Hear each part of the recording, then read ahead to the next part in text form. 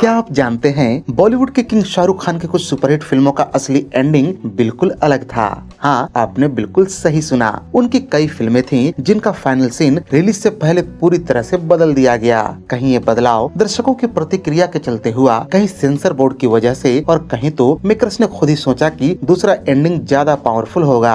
आज हम आपको बताएंगे उन फिल्मों के छुपे हुए एंडिंग्स जिनमें शामिल हैं बाजीगर, डर, कभी हाँ कभी ना, दिल से, कल हो ना हो, देवदास, डॉन और फैन। अब यहाँ सवाल यह उठता है कि आखिर क्यों बदला गया इन फिल्मों का असली क्लाइमेक्स, और क्या था वो असली एंडिंग जिसे आप कभी भी देख नहीं पाए। वीडियो की शुरुआत करते हैं साल 1993 में शाहरुख खान की उस फिल्म से जिसमें उनके एंटी हीरो रोल को देखकर लोग दंग रह गए थे। जी हाँ, मैं बात कर रहा हूँ फिल्म बाजीगर की। बाजीगर बॉलीवुड की सबसे चर्चित थ्रिलर फिल्मों में से एक है और इसका क्लाइमेक्स भी काफी दिलचस्प था। अब सैलाब आएगा मदन चोपड़ा, सैलाब आएगा।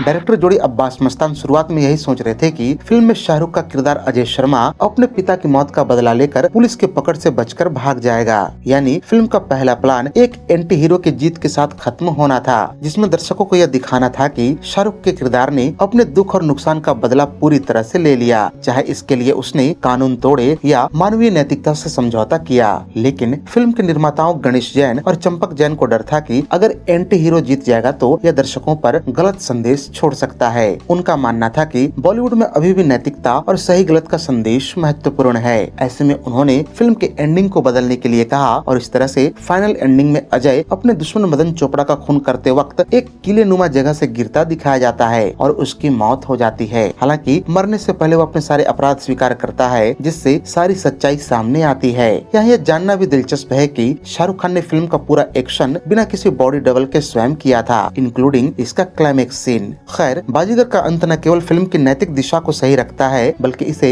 बॉलीवुड में एक यादगार थ्रिलर भी बनाता है, जहां एंटी हीरो की कहानी में एक सच्चाई और ह्यूमन इमोशन की गहराई दिखती है। अब बात करते हैं साल 1993 में शाहरुख खान की एक और एंटी हीरो फिल्म डर की। इस बहते हुए लहू की कसम, तुम मेरी हो, सिर्फ मेरी।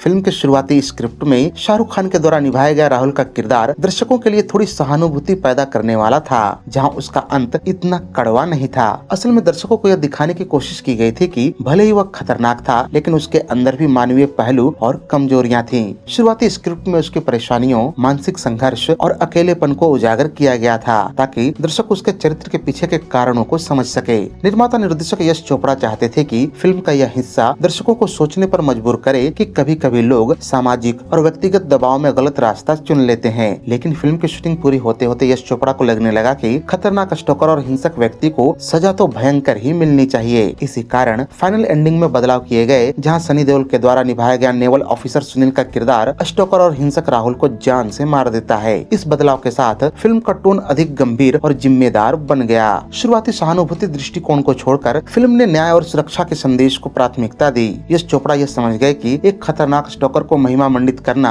दर्शकों के लिए गलत संदेश दे सकता है। वैसे यहाँ यह जानना भी बेहद रोचक है कि फिल्म की शुरुआती स्क्रिप्ट के अनुसार राहुल के किरदार को जीवित छोड़ने पर फिल्म का क्लाइमेक्स लगभग 15 मिनट लंबा और अधिक भावनात्मक हो जाता। इसलिए फाइनल कट में उसका अंत जल्दी और चौंकाने वाला रखा गया, ताकि थ्रिलर की गति बनाई रखी जा सके। अब बात करते हैं साल 1994 में शाहरुख खान की उस फिल्म की, जिसके गाने आज भी खूब लोकप्रिय हैं और जिन्हें लोग बड़े चाव से सुनते हैं। जी हाँ, मैं बात कर रहा हूँ फिल्म कभी हाँ कभी ना की। काश के हम होश में अब आना, मेरे प्यार को ना तुम झूठा समझो जाना, वो तो है अलबेला हजारों में अकेला। इस फिल्म की शुरुआती स्क्रिप्ट में शाहरुख के किरदार सुनील का अंत काफी अलग था। ओरिजिनल क्लाइमेक्स में सुनील अकेला रह जाता है और उसे कोई प्रेमिका नहीं मिलती। कहानी की यह प्रारूप अधिक यथार्थवादी और थोड़ा कटु था, क्योंकि इसमें दिखाया गया था कि कभी कभी जीवन में हम अपने चाहतों को पाने में विफल रह जाते हैं। इसमें सुनील का संघर्ष, उसके भावनात्मक नुकसान और अकेलेपन को प्रमुखता दी गई थी। यह चरित्र की नाजुकता और मानवीय असफलताओं को दर्शकों तक पहुँचाने का प्रयास था। लेकिन फाइनल कट में फिल्म का एंडिंग पूरी तरह से बदल दिया गया, जहाँ सुनील की मुलाकात एक नई लड़की से होती है जो उम्मीद और नए अवसर का संकेत देता है। निर्देशक ने यह बदलाव इसलिए किया क्योंकि उन्हें लगा कि फिल्म का मैसेज ज्यादा सकारात्मक होना चाहिए। उन्होंने महसूस किया कि यदि सुनील अंत तक अकेला रहता तो फिल्म का अनुभव दर्शकों के लिए भारी और निराशाजनक हो सकता था। नए अंत ने न केवल कहानी को हल्का और प्रेरणादायक बनाया, बल्कि सुनील के किरदार के लिए भी संभावनाओं और खुशियों का संकेत रखा। वैसे देखा जाए तो फिल्म का ओरिजिनल क्लाइमेक्स इसे लगभग 5 मिनट अधिक लंबा और अधिक गंभीर बनाता, लेकिन सकारात्मक अंत ने इसे अधिक हल्का फुल्का और एक रोमांटिक कॉमेडी फिल्म का शक्ल दे दिया। अब बात करते हैं साल 1998 में शाहरुख खान की एक मास्टरपीस फिल्म दिल से की, जिसे बनाया था मणिरत्नम जैसे दिग्गज फिल्मकार ने।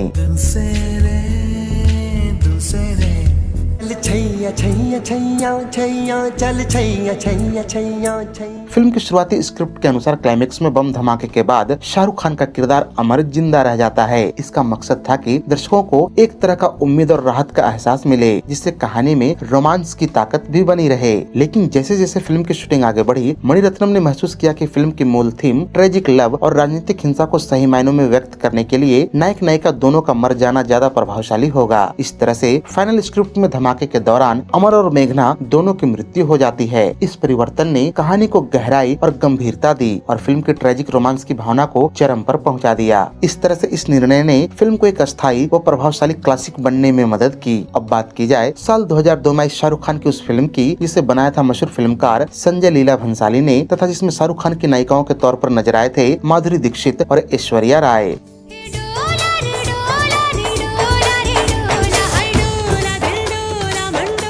यह फिल्म शरत चंद्र चट्टोपाध्याय के क्लासिक उपन्यास देवदास पर आधारित है। यहाँ आपको यह जानकर बड़ी हैरानी होगी कि इस फिल्म के बनने के दौरान की शुरुआती कुछ चर्चाओं में यह सोचा गया था कि देवदास अंत में पारो से मिल सकता है। इसका मकसद था कि फिल्म का अंत थोड़ा हल्का और दर्शकों के लिए संतोषजनक हो। शुरुआती स्क्रिप्ट में यही विकल्प रखा गया था और टीम के कई लोग इसे अपनाना भी चाहते थे, लेकिन यह ओरिजिनल उपन्यास से बिल्कुल अलग था। ऐसे में संजय लीला भंसाली ने महसूस किया कि उपन्यास की भावना को सही तरीके से दिखाने के लिए देवदास का पारो से नहीं मिलना ही सबसे ज्यादा प्रभावशाली रहेगा। इसलिए फाइनल स्क्रिप्ट में देवदास पारो के घर के बाहर ही मर जाता है और पारो उससे कभी नहीं मिल पाती। यह दुखद अंत दर्शकों के दिल पर गहरा प्रभाव छोड़ता है और देवदास की अधूरी मोहब्बत को यादगार बना देता है। यह ट्रेजिक एंडिंग फिल्म की कहानी को ज्यादा मजबूती देती है।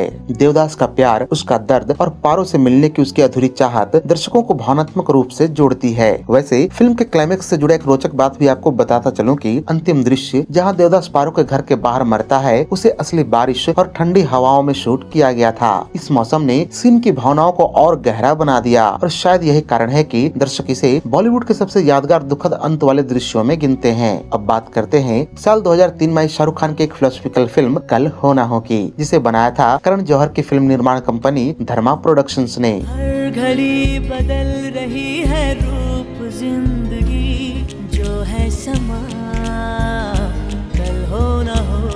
फिल्म में शाहरुख खान ने अमन, प्रीति जिंटा ने नैना और सैफ अली खान ने रोहित नामक किरदार निभाए थे। वैसे तो फिल्म को लिखने का क्रेडिट करण जौहर को दिया गया, लेकिन इसमें उनकी टीम ने भी मदद की थी। शुरुआती चर्चाओं में टीम ने सोचा कि अमर अपनी गंभीर बीमारी से बच सकता है। इसका मतलब था कि फिल्म का अंत खुशहाल हो और अमन तथा नैना साथ में रह सके। शुरुआती स्क्रिप्ट में यही विकल्प रखा गया और इसे हल्का और आशावादी अंत माना गया। लेकिन जैसे जैसे फिल्म की शूटिंग आगे बढ़ती गई, करण जौहर और उनकी टीम ने महसूस किया कि फिल्म की भावनात्मक गहराई और यादगार बनाने के लिए ट्रेजिक एंडिंग ज्यादा प्रभावशाली होगा। इसलिए फाइनल स्क्रिप्ट में अमन अपनी बीमारी से मर जाता है और नैना की शादी रोहित से हो जाती है। यह बदलाव कहानी के भावनात्मक प्रभाव को और मजबूत बनाता है और दर्शकों के दिल पर लंबे समय तक छाप छोड़ता है। इस अंत ने कल हो ना हो को सिर्फ एक रोमांटिक कहानी वाली फिल्म नहीं, बल्कि एक संवेदनशील और यादगार फिल्म भी बनाती है। अब बात करते हैं साल 2006 में आई शाहरुख खान की उस फिल्म की, जिसमें उन्होंने लेखक जोड़ी सलीम जावेद के द्वारा क्रिएट किया गया एक मशहूर किरदार प्ले किया था। जी हाँ, हम बात कर रहे हैं फिल्म डॉन की।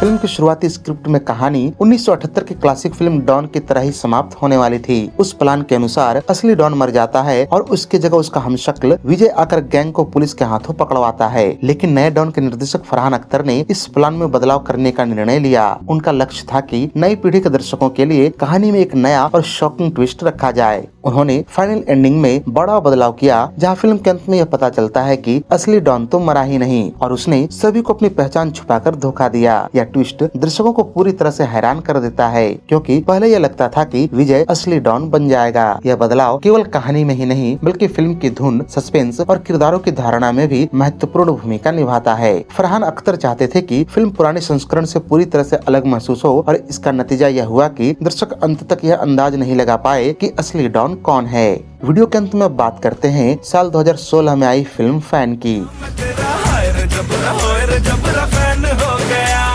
इस फिल्म के शुरुआती प्लान में गौरव, जो शाहरुख खान का बड़ा फैन है, अपनी जान बचा लेता है। इस प्रारंभिक प्लान का उद्देश्य दर्शकों को थोड़ा सुकून देना था, क्योंकि फिल्म में फेम और ऑब्सेशन का भाव पहले से ही काफी गहरा था। लेकिन डायरेक्टर मनीष शर्मा ने फाइनल कट में बड़ा बदलाव किया। उन्होंने फिल्म के अंत को ट्रेजिक बनाने का फैसला किया, ताकि यह दिखाया जा सके कि किसी भी ऑब्सेशन, चाहे वह कितनी भी सच्चाई और निष्ठावान क्यों न हो, उसका परिणाम विनाशकारी हो सकता है। अंततः गौरव गिरकर मर जाता है और आर्यन खन्ना, यानी कि वही स्टार जिसकी वह निष्ठा करता था, अकेला रह जाता है। इस ट्विस्ट ने दर्शकों को गहरे भावनात्मक प्रभाव में डाल दिया और फिल्म की कहानी को एक गंभीर सामाजिक संदेश के साथ समाप्त किया। गौरतलब है कि फेम के अंधेपन और इसके खतरनाक पहलुओं को दर्शाने के लिए इसका ट्रेजिक एंडिंग ने कहानी को अधिक प्रभावशाली और यादगार बना दिया। दर्शक न केवल गौरव की हानि के लिए दुखी होते हैं, बल्कि यह भी महसूस करते हैं कि स्टार और फैन के बीच का असंतुलन कितना खतरनाक हो सकता है। तो ये थी शाहरुख खान की उन फिल्मों पर हमारी एक स्पेशल वीडियो, जिनकी एंडिंग बदल दी गई। उम्मीद है कि यह आपको बेहद रोचक लगी होगी। अगर वीडियो पसंद आई हो तो इसे लाइक और शेयर भी कर दें, तथा ऐसे ही अन्य दिलचस्प वीडियोस की नोटिफिकेशन पाने के लिए चैनल को सब्सक्राइब करके बेल आइकन में ऑल का बटन दबाना न भूलें। धन्यवाद।